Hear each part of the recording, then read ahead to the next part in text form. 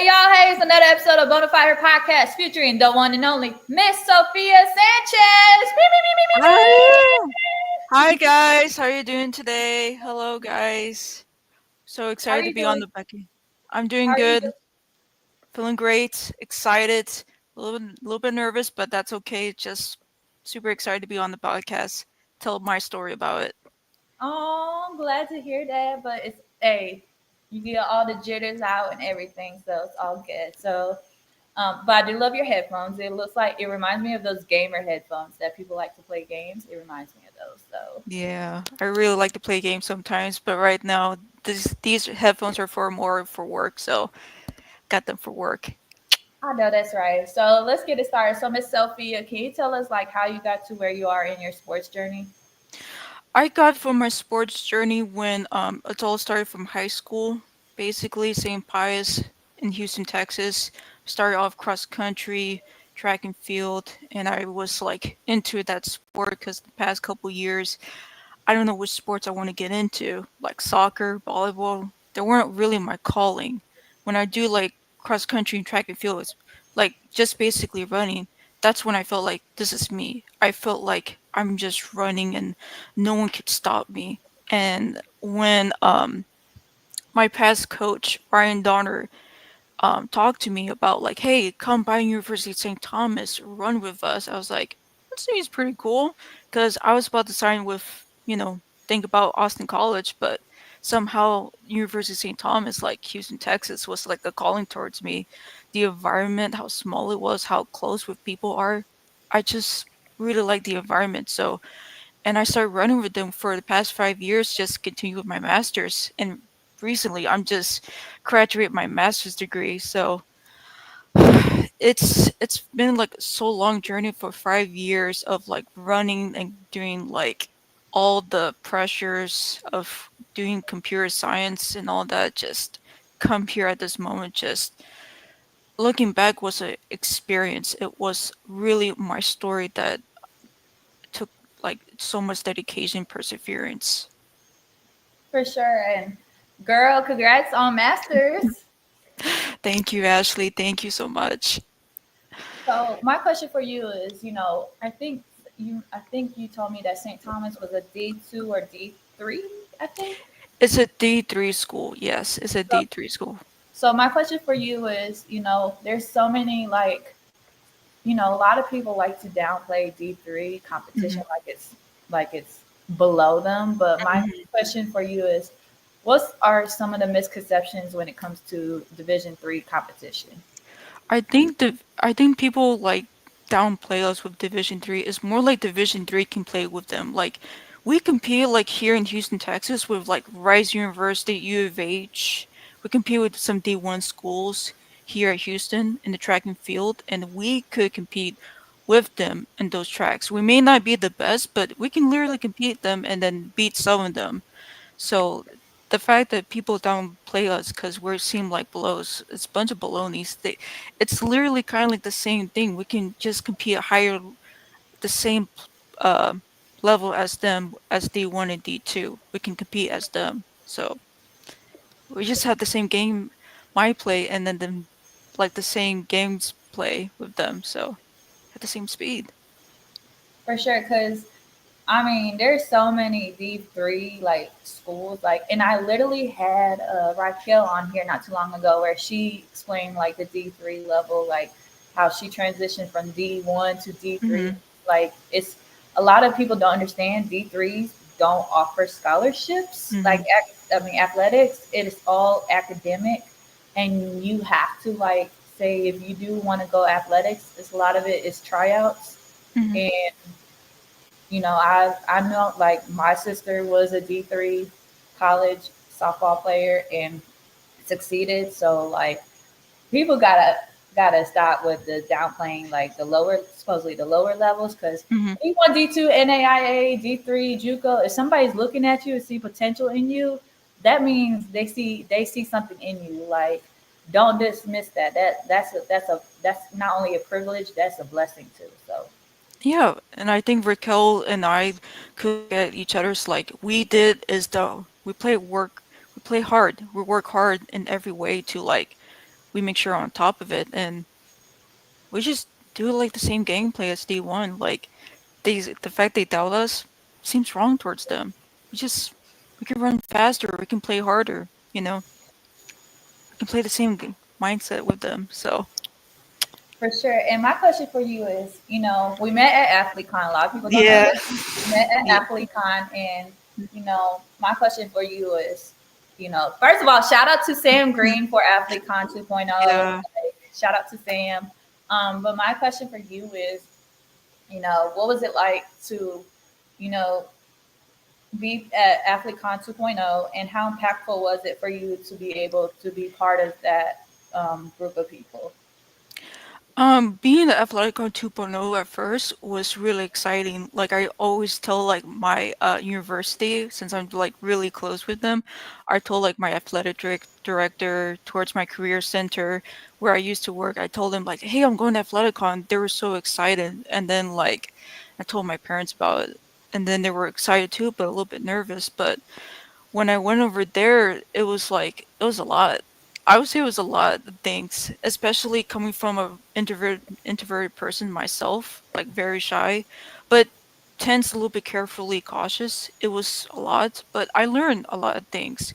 Sam gave like a lot of advices, like make you gotta make sure like you find the right deals to like create a perspective like on Canva, and I learned a lot from like speakers too, and I met like a lot of people who are like sport athletes, but also like kind of like more like this similar thing. Not exactly similar, but like kind of like they have like that drive into them that they want to be content creators and want to make deals with the companies that seem right towards them.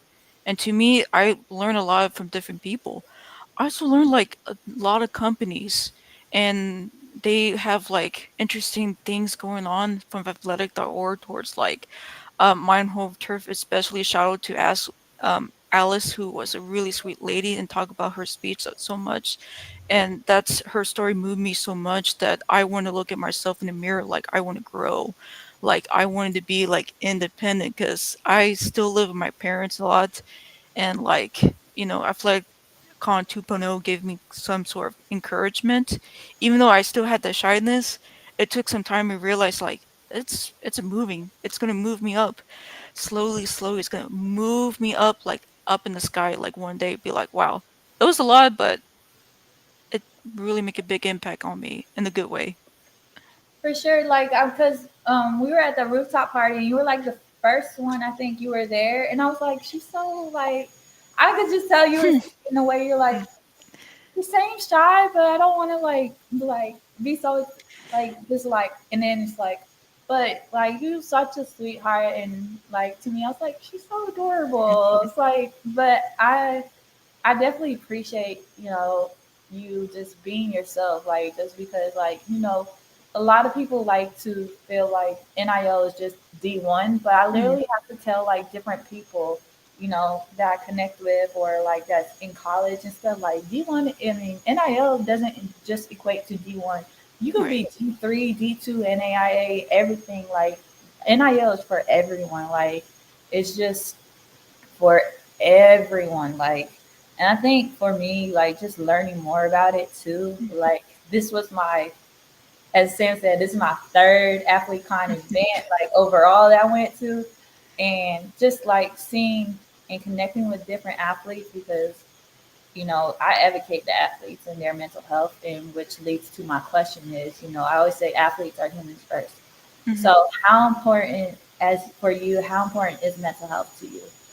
Well, to me, like very important, especially with as myself, I was diagnosed with autism so much, and a lot of times it's very important to talk about mental health. And then when it comes to like disability too, it's very important to kind of like talk about because when like some students who are like have like from OCD to autism, it's tend not to be talk about a lot more, and it needs to be speak more because we could like hide it, and but a lot of times it kind of hurts us to kind of like express it, and a lot of students who may not have it were able to more express it or more like advocate their mental health, while students like myself tend to hide it. It's kind of hurts. I think it's very important to talk about more of it, especially with mental health and disabilities that come together and realize it's kind of like to it's okay to kind of express it, especially from girls who tend to like with autism tend to mask it so much. They tend to like very hide it easily, including myself. I tend to hide it, but later on I started to realize it's more like to express it. I should express it towards my coach, to my career counselors, to my athletic directors. And where I came from at University of St. Thomas is a very small school. I tend to express all my feelings towards them, tell how I feel. Sometimes I tell to my coach who like I work closely, and I tell like how I feel, and sometimes I tell my teammates about how I feel, but mostly like I tell my coach a lot more how I feel, like I don't feel good, how I can do is improve. But then like I look at others, a lot of times they tend to like hide it, and I think looking back, I think it's more important to kind of like express it, to like show how you feel, not instead of like hiding the way within like yourself. It's more like express it in a way from like you gotta write it out, tell your story by writing out, or like express through like pictures where you draw it and see like I see like it's this person needs to be helped, or and more like especially talk with your teammates and coaches where you don't feel right, you feel uncomfortable, and I don't feel right, you please at least guide me in the way, and they're willing to help out.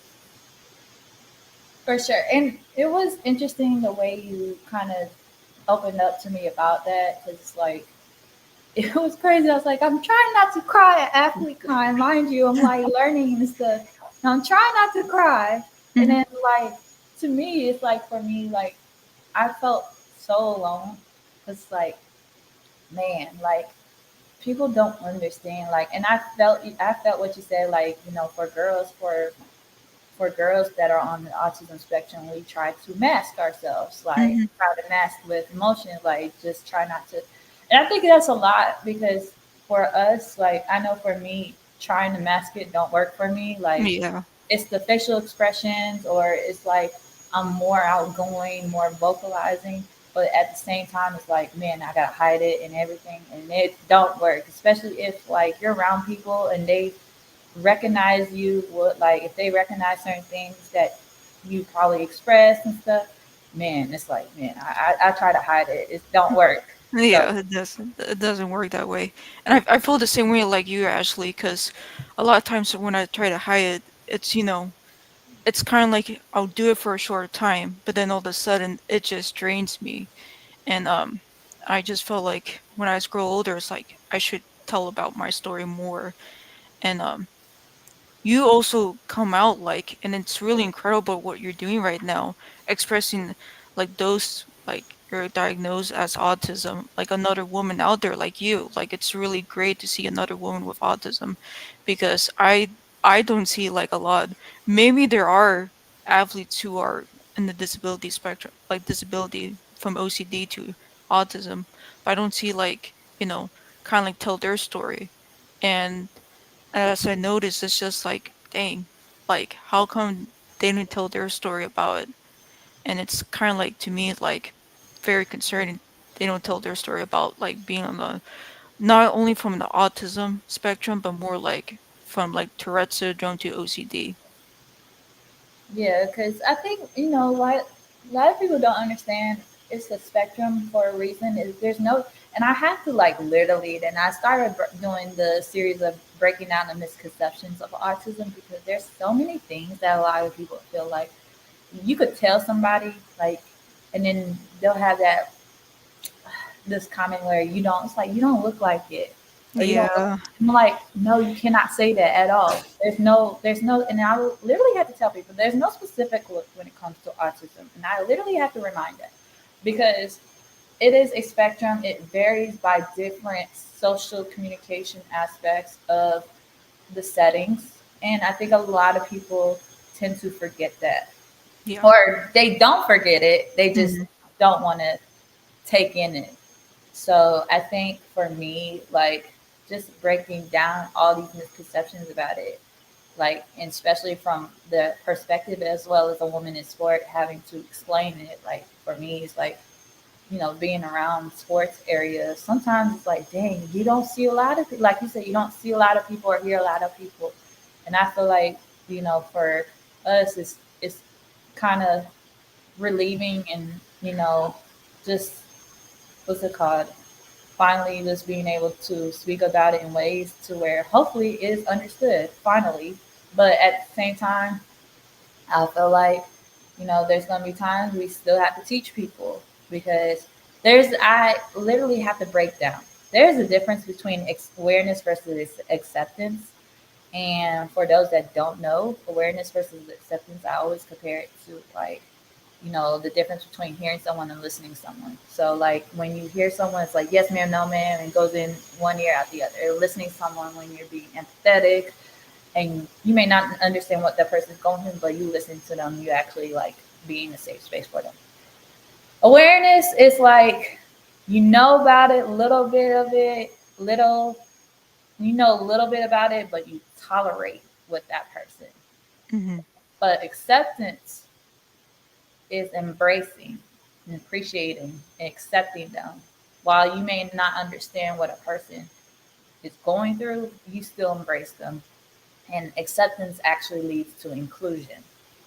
So I always say, there's a difference between being tolerated versus being appreciated. So, but so my question for you is, and this leads to my question is, when it comes to representation, how important is representation when it comes to sports, both on and off the court or field? I think it's very important to represent of being yourself because a lot of times, being like someone else doesn't fit me. Being myself on the field and outside the field is very important. Like not like being like the mean way, but more like being like helping out the community. That's how I want to represent myself inside and outside the sports. Like outside the sports, once I was done with my 5 years of cross country track and field, I work for the career service here at University of St. Thomas where I represent myself of helping out students here to find like jobs or like help out with career fairs to make sure like everything is going well and then like making sure students have like the right clothes to like headshots and make appointments with counselors. And that's where for myself I learned how to kind of like grow myself inside the field. I learned to be more like help out, but more like being tough too. Because even though I might be in the spectrum, I have like a also too like very tough. I work a lot with the guys from high school, and now with girls, it's more like I gotta be tough. But then I realized I had to be kind of like understanding with them because a lot of times they're more like sometimes they want to do the work in and sometimes they don't, but a lot of times I try to do is just encourage them to like, hey, gotta keep going, let's go. And that's come from outside the field where I may not be on the sport anymore. I still continue to love and still run to this day, but it's more like I continue to have like this drive of like, okay, let's go.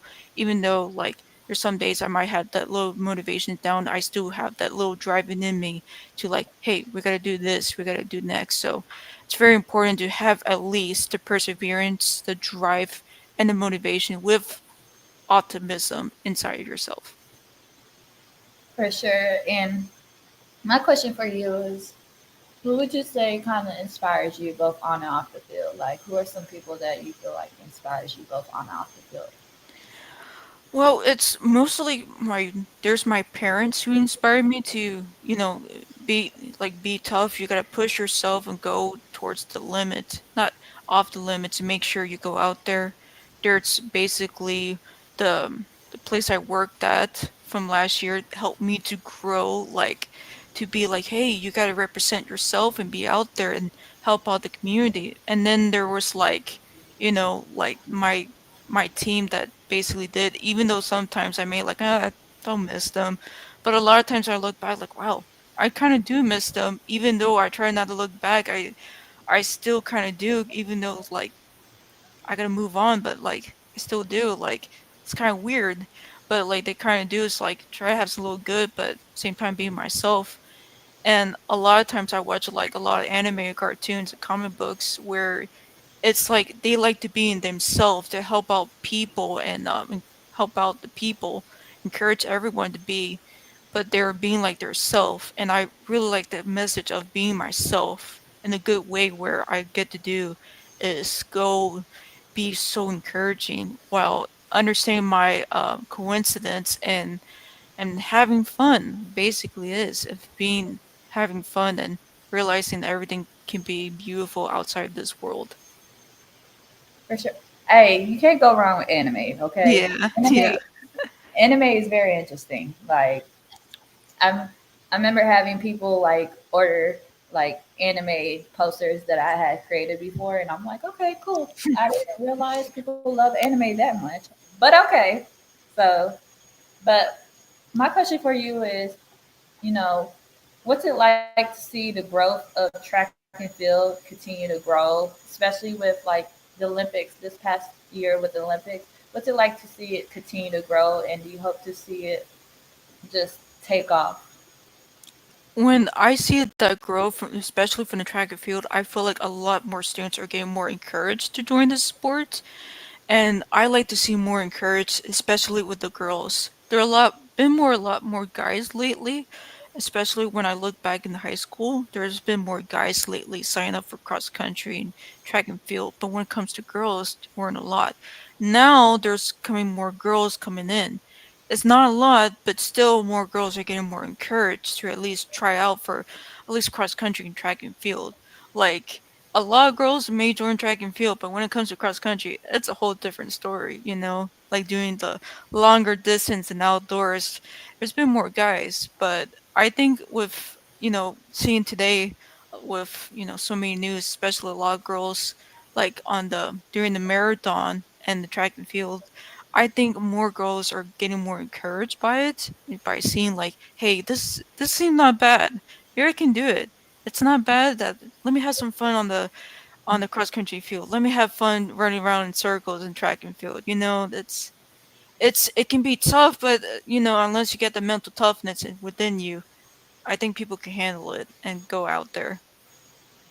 For sure. And my question for you is, what's a word? What are some words or phrase that you would describe your journey right now?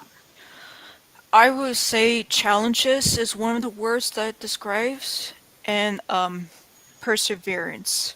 Those are the two words I would choose.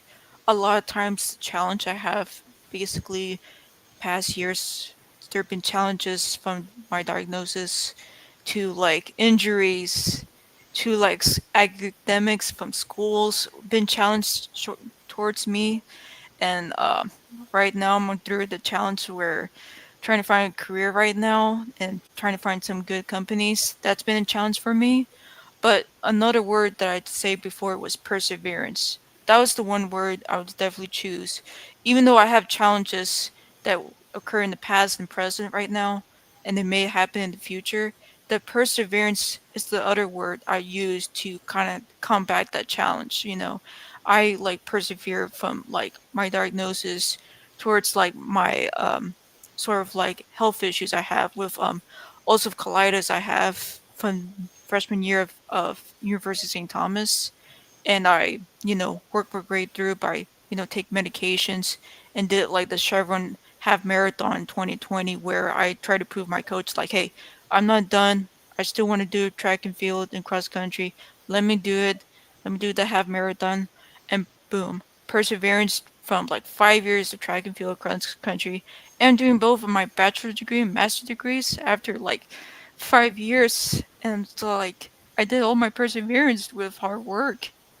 So that I have all these challenges on me that kind of hurts, but like that perseverance just pushed me through. So I, looking back, those two words really hit me. Like I, looking back, it's just like wow. It's just wow. The perseverance I had within me, not only within, but I had with my family, school, people I work with have this little encouragement that gave me that perseverance. Even though there might be some setbacks, that perseverance, the persistence I have is still pushing through all through these challenges. For sure. And you are doing an amazing job. I just want to let you know that you're doing an amazing job. Hello. So, And and yes, coffee girl, coffee, coffee. My is done. So I okay, got to make get that sip. So, but I always ask my guests this question. Bonafide means authentic and unique. So, what makes Miss Sophia Sanchez bonafide, and what makes your story stands out? my story stands out when I'm the one that talks about more like the autism spectrum, talking about as an athlete myself, being on autism spectrum, that I wish in the past have like the courage to talk about my story. But right now, I'm telling this story to encourage myself to talk about my autism. And I want to tell this story towards not only towards the female athletes, but the women athletes who are like on the spectrum or not, to kindly encourage to speak about their about themselves, about their story, and talk about like towards their audience to tell them, hey, I'm not alone. I went through all these challenges, but I can do it. I can do it myself. My families are on my back with me.